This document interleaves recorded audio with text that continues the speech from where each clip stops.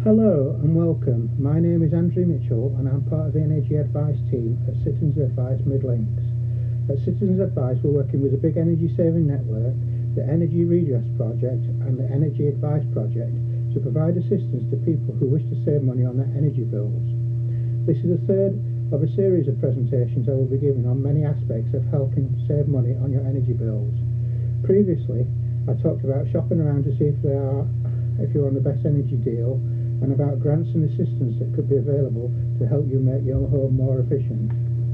Today I'll be talking about how to save money on your energy bills if you live off-grid from mains gas. I will talk to you about ways to identify how efficient your home is and measures you can take to make your home more efficient and save money on your energy bills. I will also talk about additional assistance provided by energy companies for vulnerable people. Firstly, I'd like to talk to people about people who live off-grid from mains gas. In Lincolnshire, there are many small communities that are not connected to the national grid for mains gas. If this is the case, then people have to find other methods to heat their homes, such as electric storage heaters, oil and LPG central heating, which can increase the cost of heating your home. If you have electric storage heaters, they are designed to heat up thermal blocks during the night and emit their heat during the day. And so the first thing that you should do is check that you're on the most appropriate electricity tariff. As storage heaters heat up during the night and they use a lot of electricity during this time, then it would normally be better to be on an Economy 7 tariff, which provides cheaper rate electricity for 7 hours during the night, which decreases the cost of heating up the storage heaters. Although fairly simple to use, incorrect use of storage heaters can lead to them being quite inefficient. Basic electric storage heaters tend to have two controls in addition to an on-off switch. These controls are the input or charge control and the output or boost control. The input control controls the thermostat and so regulates the temperature that the thermal blocks are heated to, so that it can produce more heat on colder days than on milder days. As the input control is connected to a thermostat, it is important that other sources of heat are not too close to the storage heaters, as if the surrounding temperature is too high, this may prevent the heater from charging and so reduce the amount of heat available the following day. The output control controls the rate in which the heat is emitted from the heater during the day. The higher the control is set, then the more heat is emitted, but the sooner the thermal blocks will cool and reduce the amount of heat that is produced. Therefore, if the input control is turned up high and output control is set to low, it will produce the most heat for the longest period of time. The normal alternatives to electric storage heaters if you live off-grid tend to be either oil or LPG central heating systems. These systems tend to work in a very similar way to mains gas central heating. However, fuel tends to have to be bought in bulk and stored in a tank on the property. To save money, local communities can club together in buying groups to negotiate purchasing fuel for the local community and so obtain the fuel at a lower price. In England, there is the Action for Communities in Rural England, ACRE, which is a list of rural community action network who are helping rural residents to buy bulk heating oil at much lower prices. In addition, there are also comparison sites such as Boiler Juice and Switch My LPG, which help direct buyers to the cheapest fuel supplier available in their area at the time that the order is required.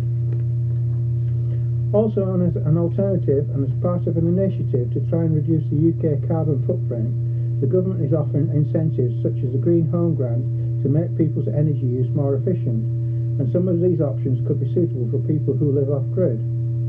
These are air and ground source heat pumps and biomass boilers. Air and ground source heat pumps use electricity to extract heat either from the air or the ground and use this heat to heat your home.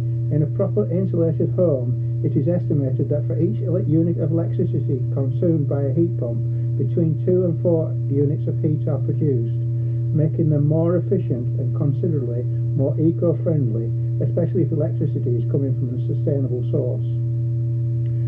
Biomass boilers are solid fuel boilers which are usually fueled by wood pellets or logs. They are considered to be more eco-friendly as the CO2 produced is just what has been stored up in the tree during its lifetime, and providing every tree is used for fuel is replaced, and they are considered to be carbon neutral. To ensure that heating is at its most efficient, homes should be well insulated. On an average uninsulated house, 35% of the heat loss is through the walls, 25% through the roof, 15% through drafts, and a further 10% each through doors and windows. Assistance towards the cost of insulation can be gained from the Green Homes Grant, energy company obligations, and occasionally from your local council. Loft insulation to a thickness of 270 millimetres can reduce heat loss through the roof by up to around 90% on some properties.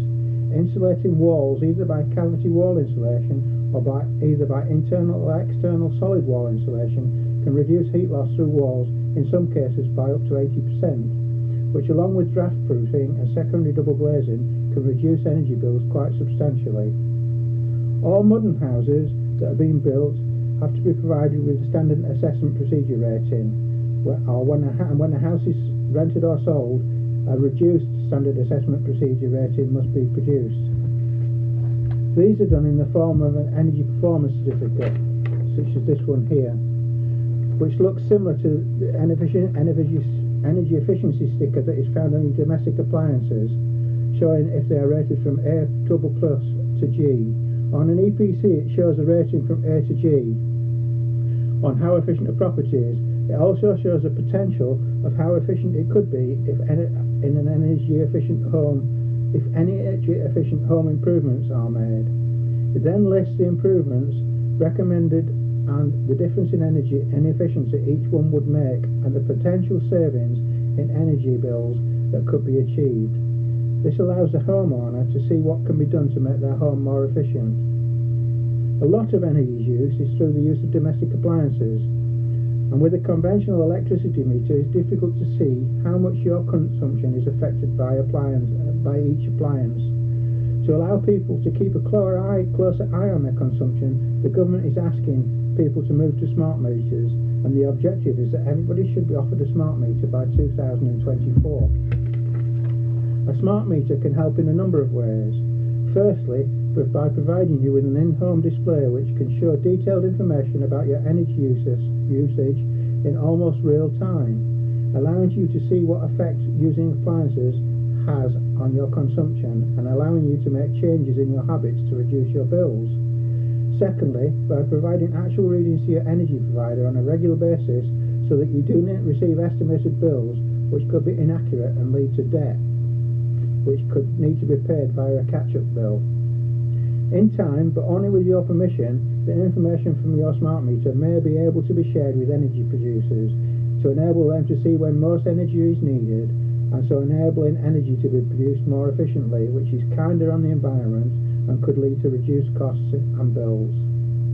Energy companies also have an obligation to look after vulnerable customers. This is done by each energy company's Priority Service Register. You are classed as vulnerable and can register for the Priority Service Register if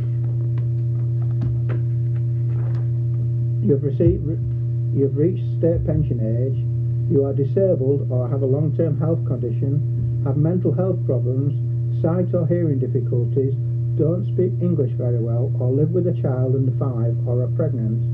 The support that this can provide is improved access to your meter, either to have your meter moved or for the supplier to take more regular meter readings,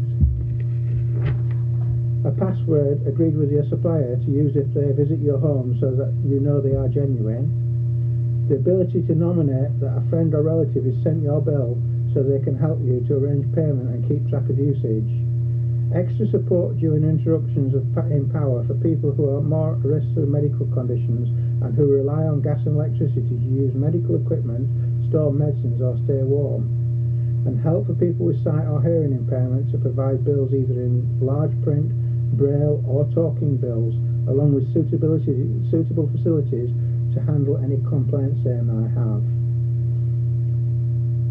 I hope this helps. This concludes my presentation for today.